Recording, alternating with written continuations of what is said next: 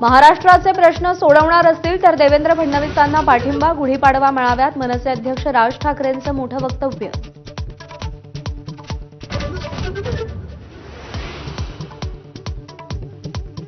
आशिष शेलारांनी राज ठाकरेंवर केलेल्या टीकेला संदीप देशपांडेंकडून कवितेतून उत्तर.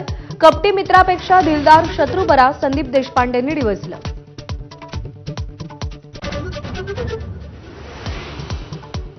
कॉमेडियन कुणाल कामराज वकिलांसोबत मुंबई पोलिसांसमोर चौकशीला हजर राहण्याची शक्यता. कामरावर आतापर्यंत एकूण 4 गुन्हे दाखल.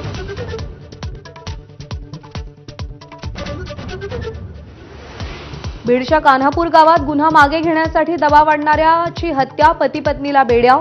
मृत स्वप्नील देशमुखच्या जाचाला कंटाळून आरोपीच्या भावानं आत्महत्या केली होती.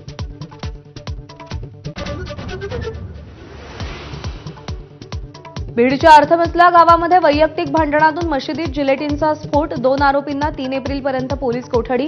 गावातली परिस्थिती नियंत्रणात.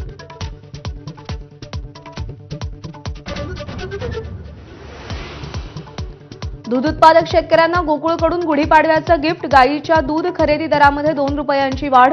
प्रति लिटर 32 रुपयांचा दर. 1 एप्रिलपासून दरवाढ लागू.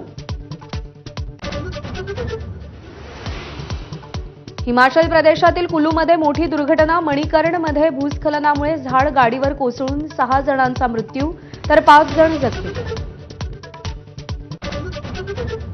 देशभरात आज रमजान ईदचा उत्साह. नमाज अदा करण्यासाठी मुस्लिमांची गर्दी. राज्यभरात ठिकठिकाणी सामूहिक नमाज पठण.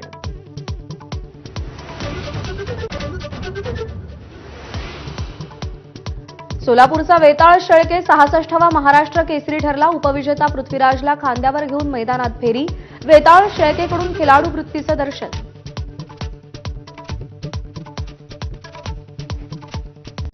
Headlines brought to you by Chitale बंधू.